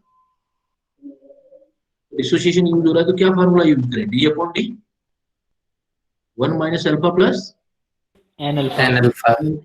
एन की वैल्यू पहले देखो, कैपिटल डी निकालो, capital D is equal to theoretical vapour density, क्या फार्मूला था, molar mass of reactant by 2। तो रिएक्टेंट क्या है आपके पास, देखो PCl3 PCl5। PCl5 का मोलर मास निकाल लो इधर देखो, एक फास्फोरस का कितना होता है 31, क्लोरीन का होता है 35.5 इंटू 5, निकालोगे इसको तो 5 5 25, 5 5 25 27 2 77, तो कितना आ गया 208.5 आ गया। यहाँ रखेंगे तो 208.5 बाई 2, तो कितना आ गया ये 104.25। क्लियर? Yes sir. डी की वैल्यू आ गई, एन एन क्या है, एन भी पता लग जाएगा आपको, एक पार्टिकल PCl5 का कितने पार्टिकल दे रहा है 2, एन की वैल्यू भी आ गई। तो स्मॉल डी तो अल्फा ही तो निकालना है, और स्मॉल डी दे रखा है, देखो जो गिवन होता है वो हमेशा क्या है, वैसे भी देखो 100 आ रहा है, डाउन आ रहा है, कम आ रहा है, कम आना चाहिए था 10 बिकॉज डिसोसिएशन है। ये आया 104.25, ये दे रखा है 100।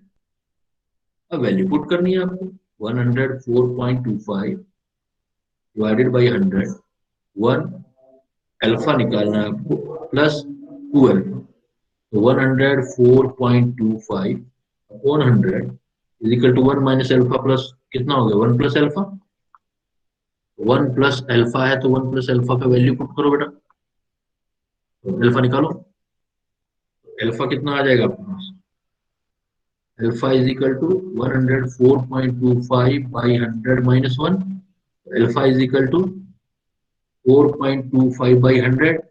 अब दो बातें हैं, अगर आपको सिर्फ अल्फा ही निकालना है तो ये हो जाएगा 0.0425, है ना, और परसेंटेज निकालना है तो अल्फा परसेंटेज निकालना है तो 4.25 बाई 100 इंटू 100। जैसा क्वेश्चन परसेंटेज में हो तो 100 से मल्टीप्लाई करके निकालना, अदरवाइज सीधा। क्लियर? Yes sir.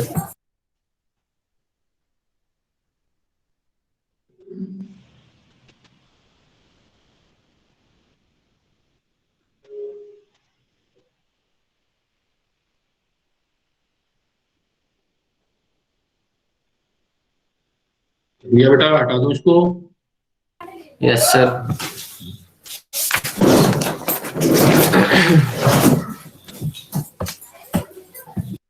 अब थोड़ा थीम चेंज करते हैं, क्वेश्चन की चीज यही, टॉपिक वही, क्वेश्चनिंग चेंज करते हैं। सपोज मैंने आपको ये रिएक्शन दी, N2O4 गैस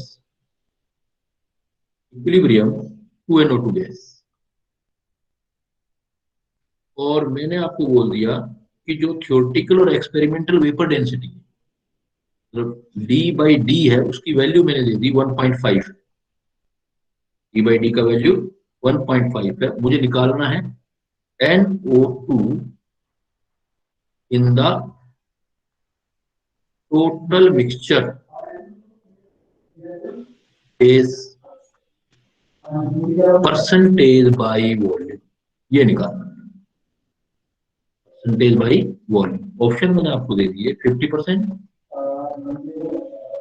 सेकेंड हो गया 100%, थर्ड हो गया 67% और फोर्थ हो गया आपका 33%।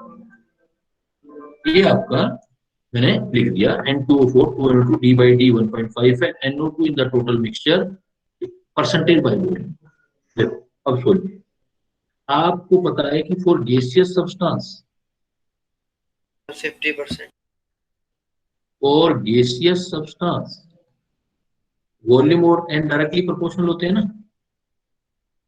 तो जो मैं V जो NO2 का है और V मिक्सचर का है इंटू 100 करके निकालूंगा, वो वही आएगा जो N NO2 और N मिक्सचर इंटू 100। तो मुझे V निकालने की जरूरत नहीं है, वॉल्यूम पूछ रहा है, लेकिन मैं N से सोल्व करूँ। तो अब क्या है कि थोड़ा थीम सीधा फार्मूला बेस्ड क्वेश्चन नहीं, थोड़ा हटके मैंने बोला, तो आपको तो थोड़ा कैलकुलेशन बनाना पड़ेगा। सोचिए कैसे, आप ऐसे बोलोगे N2O4 gaseous equilibrium 2NO2 gaseous. फिर आप बोलोगे कि स्टार्टिंग में ये सपोज 1 था, उसमें से अल्फा गया था, तो 1 बाई अल्फा, और ये कितना हो गया 2 बाई अल्फा। 2 अल्फा किस स्टेज पर? इक्विलिब्रियम। इक्विलिब्रियम पर। अब ये आपके पास ये चला गया, तो आपको परसेंटेज निकालना है, नंबर ऑफ मोल ही तो है ये, तो मुझे परसेंटेज निकालना है NO2 का, NO2 का percentage of NO2। Molar percentage निकालो एक बार, मोलर परसेंटेज कितना आएगा? NO2 के कितने मोल है देखो इक्विलिब्रियम पर? 2 अल्फा। टोटल कितने हैं देखो? 1 प्लस अल्फा 2 अल्फा इंटू 100। क्या फार्मूला बन गया? 2 alpha upon 1 plus alpha into 100। अब बस मेरे पास अगर अल्फा आ जाए तो मैं क्वेश्चन के आंसर पे पहुंच जाऊंगा। अल्फा इधर से मुझे पता है, मुझे ये sense D upon D is equal to होता है 1 minus alpha plus N alpha. इस रिएक्शन के लिए N की वैल्यू क्या होगी? 2। तो D upon D is equal to क्या आ जाएगा बेटा?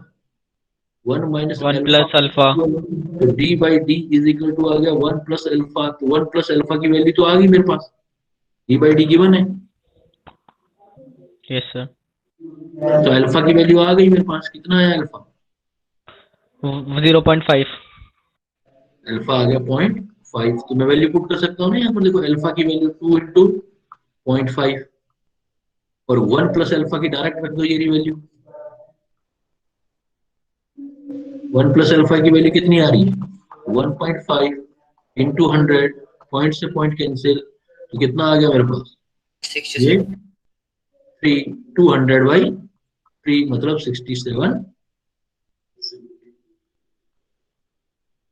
तो N2O4 वाला डिसोसिएशन से आपको NO2 का जो मोलर रेशियो आएगा वही वॉल्यूम का परसेंटेज आना है। तो NO2 हमारे पास 2 अल्फा है और टोटल नंबर हमारे पास 1 प्लस अल्फा है, तो 2 alpha upon 1 plus alpha into 100। और अल्फा की वैल्यू हमारे पास दूसरा रिलेशन है D by D 1 minus alpha plus N alpha. N की वैल्यू पता है, इक्वेशन में क्या आ जाएगी?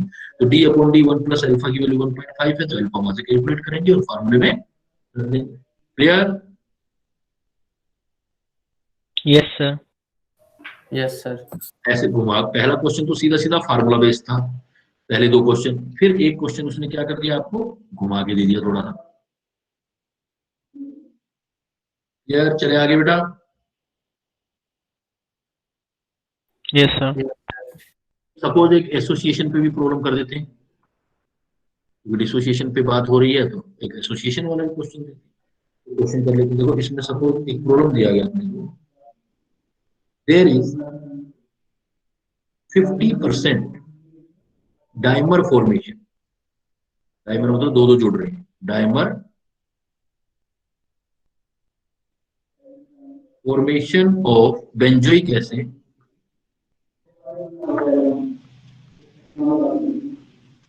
इन बेंजीन सॉल्यूशन, बेंजीन सॉल्यूशन के अंदर बेंजोइक एसिड डाइमराइज हो रहा है। इक्वेशन दे दिया हमें 2C6H5 COH इक्विलिब्रियम, और ये बन रहा है C6H5 COH का ऐसे डाइमराइज कहता है। और कैलकुलेट द एबनॉर्मल, एबनॉर्मल मतलब एक्सपेरिमेंटल होता है, एक नाम और आ गया, एबनॉर्मल मतलब एक्सपेरिमेंटल मोलिकुलर वेट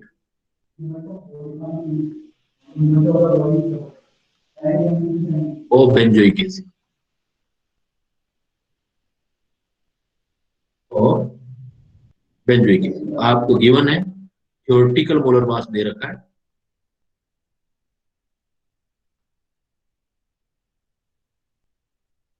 सर ये जो जितने भी ऐसे क्वेश्चन आते हैं सर, सब में ये जो रिएक्शन है वो गिवन ही होगी ना? हाँ, रिएक्शन बेटा गिवन होगा आपको 120। अब देखो आपको कह रहा है there is 50% formula based question, just formula based, आपको बस क्लिक ये करना है कि एसोसिएशन है या डिसोसिएशन है। क्या है बेटा ये, एसोसिएशन या डिसोसिएशन? सर एसोसिएशन है सर। एसोसिएशन है बस। तो सिंस सॉल्यूशन में हमें ये पता लग गया ये एसोसिएशन है, एसोसिएशन है तो क्या फार्मूला यूज करोगे? 1 minus alpha plus alpha by n. 1 minus alpha plus alpha by n. बस अब की बार डी बाई डी ना लिख करके उसकी जगह हमें थ्योरेटिकल डेंसिटी की जगह क्या वर्ड यूज कर रहा है? एक्सपेरिमेंटल। एक्सपेरिमेंट मतलब मोलर मास, कहने का मतलब मोलर मास। तो डी बाई डी की जगह मैं ये भी तो ले सकता हूँ M theoretical upon M experimental, लिख सकते हैं ना? Yes sir. Equal to 1 minus alpha plus alpha by n. अब आपको अल्फा दे रखा है, अल्फा कितना दे रखा है देखो, गिवन है 50%, मतलब कितना हो गया बेटा? 0.5। 0.5। एन भी गिवन है, डायमर है, डायमर है तो कितना लोगे एन? 2। 2। ट्राइमर होता तो 3 लेते, वैल्यू पुट कर दो बेटा। और एम थियोरेटिकल भी दे रखा है उसने 122।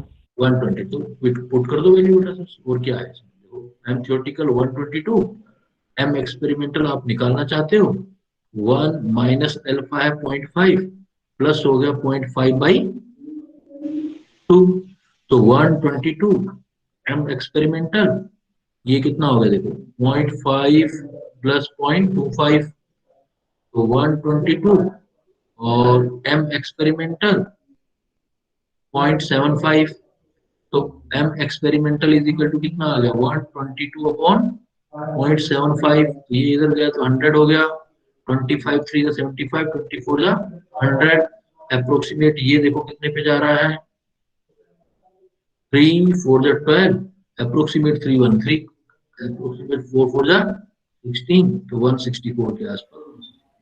163 के आसपास। और देखो एक क्लियर और बात होगी, जब एसोसिएशन होता है तो मैंने क्या बताया था, एसोसिएशन होता है तो नंबर के पार्टिकल कम होते हैं, तो मोलर मास या वेपर डेंसिटी क्या होती है? बढ़ती है सर। इंक्रीज होती है। तो यहाँ देखो पहले कितनी थी 122। 22, अब कितनी हो गई? 163। बढ़ गई ना? तो आपकी यस थ्योरी भी सर। आपको सपोर्ट करती चलेगी चलेगी हमेशा, थ्योरी भी आपको सपोर्ट करता चलेगी। क्लियर? निकाल लोगे अब एसोसिएशन डिसोसिएशन से alpha yes equilibrium. Yes sir. Yes, sir. Okay बेटा, that is all for today class. See you very soon for next part of this chapter. Till then, bye bye. Thank you. Good evening sir. Good evening. Good evening sir. Good evening. Good evening. Good evening, betas. To all.